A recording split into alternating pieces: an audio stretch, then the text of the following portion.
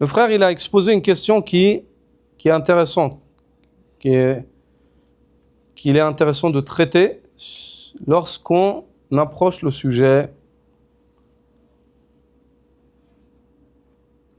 Cette question-là, c'est la suivante.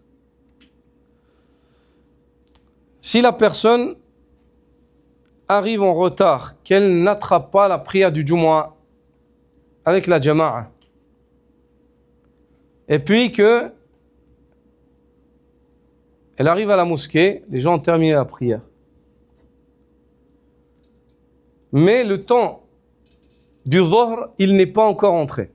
Le temps du Dhuhr, il n'est pas encore entré. Comme nous, actuellement, on prie à 1h, 1h05. On sort. Des fois, il y a des frères à 1h20, ils rentrent. 1h15, ils rentrent. On a déjà terminé. Est-ce que cette personne, il lui est permis de prier le Dhuhr malgré le fait que le temps du Dhuhr ne soit pas rentré? Absolument pas. Le fait qu'on prie le Jumu'ah avant le temps du Dhuhr, ça c'est propre au Jumu'ah. Parce qu'on a des arguments. Mais aucun argument ne prouve qu'il est permis de prier la prière du Dhuhr avant son temps. Allah Azza wa Jalla dit Inna as-salata kanat 'ala al-mu'minina kitaban mawquta. La prière a été imposée aux croyants dans des temps précis. Ibn Hazm al-Zahiri dit la prière avant son temps est comme la prière après son temps. La prière avant le temps, c'est comme la prière après son temps. Donc, en l'occurrence ici, il n'est pas permis. La personne doit faire quoi? Elle doit attendre le temps de l'entrée de l'heure. 1h35, 1h37 ou 40, si c'est 40, je ne sais pas, indépendamment. Dès que le Dhuhr il rentre, il fait son Dhuhr de 4 raka'at, comme d'habitude, comme il fait d'habitude dans ses autres journées en dehors du Jumu'ah. Ceci car il a raté la prière du Jumu'ah avec le groupe. Il ne peut pas prier le Jumu'ah tout seul.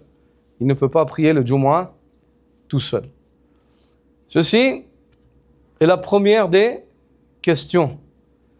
Une autre question que j'aimerais exposer, c'est est-il permis de rassembler entre le Jumu'ah et la prière du Asr? Si la personne va voyager, ou bien qu'elle est en voyage, puis elle prie le Jumu'ah avec les gens.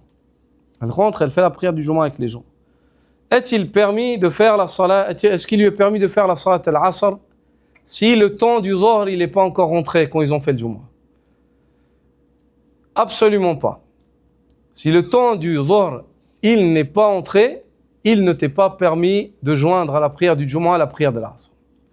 Ensuite, une question qui amène une autre question, est-il réellement permis de prier, de joindre entre l'Asr et le Jumu'ah? C'est-à-dire tu fais le Jumu'ah, puis ensuite on est voyageurs, les frères, venez, on se lève, on fait l'Asr.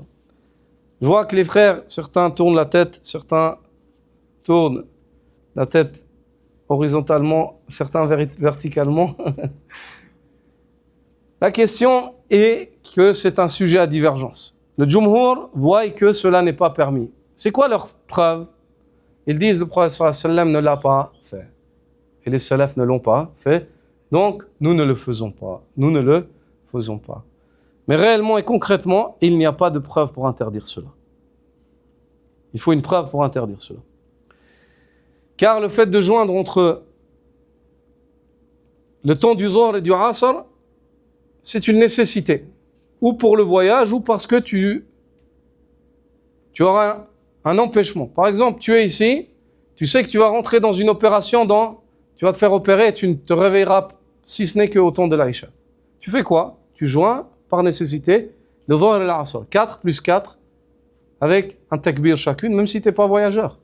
Comme l'a dit Ibn Abbas, le prophète sallallahu alayhi wa sallam a joint entre deux prières à Médine, sans être en voyage et sans qu'il pleuve.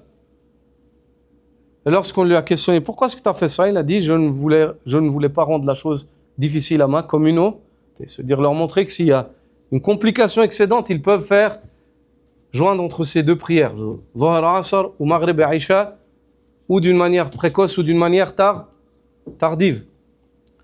Maintenant, vu qu'on peut joindre entre le Dhuhr et le Asr, pourquoi est-ce qu'on ne pourrait pas joindre entre le Jumu'ah et le Asr? Il est où le problème? Le fait que ce ne soit pas produit chez les salafs, c'est parce que les salafs, en règle générale, ils faisaient quoi? En règle générale, quand ils voyageaient, ils ne faisaient pas le Jumu'ah. Le prophète sallallahu alayhi wa sallam, en voyage, il ne faisait pas le Jumu'ah. Est-ce que ça veut dire qu'on n'a pas le droit de faire le Jumu'ah en voyage? Personne ne dit ça. D'accord? Donc si maintenant, tu es voyageur et que tu pries le Jumu'ah, il faut vraiment une preuve pour interdire aux gens et leur dire. Parce que le fait qu'ils joignent entre deux prières, c'est pas pour faire un excédent d'adoration, c'est par nécessité. Si la nécessité, elle existe, le droit, il existe. Est-ce que c'est clair? Dans la charia, s'il y a une chose qui est établie pour une nécessité, si cette nécessité, elle existe, يعني إن رخص شيء لحاجة فبوجود هذه الحاجة يعني العلة المذكورة التي من أجلها رخص هذا الشيء إن وجدت هذه العلة وجد الحكم. Si une chose dans la charia elle est permise pour une raison précise, pour autant que cette raison elle existe, cette permission elle existe avec, indépendamment du lieu et du contexte. Est-ce que c'est clair? Vous avez compris? Donc ici, si c'est permis de joindre entre le Dhuhr et l'Asr pour une nécessité, ou parce que tu es voyageur, ou bien parce que, comme on a expliqué, tu vas entrer dans... Pourquoi ce ne serait pas permis de joindre entre le Jumu'ah et l'Asr? Ça ne change rien. Le Jumu'ah, il vient, il remplace le Dhuhr à la base. Quand tu fais le Jumu'ah, tu n'as plus besoin de faire le Dhuhr. Mais par contre, la condition, c'est quoi? Pour pouvoir faire ça, c'est que le Jumu'ah, il se prie dans le temps du Jumu'ah. Dans le temps du Dhuhr, pardonnez-moi. Est-ce que c'est clair? Parce que cette permission de joindre, elle existe avec une limite dans le temps. Depuis le Dhuhr jusqu'à la fin du Asr. Ou depuis le Maghrib jusqu'à la fin de l'Aïcha. Est-ce que c'est clair? Non. Et Allah le sait mieux.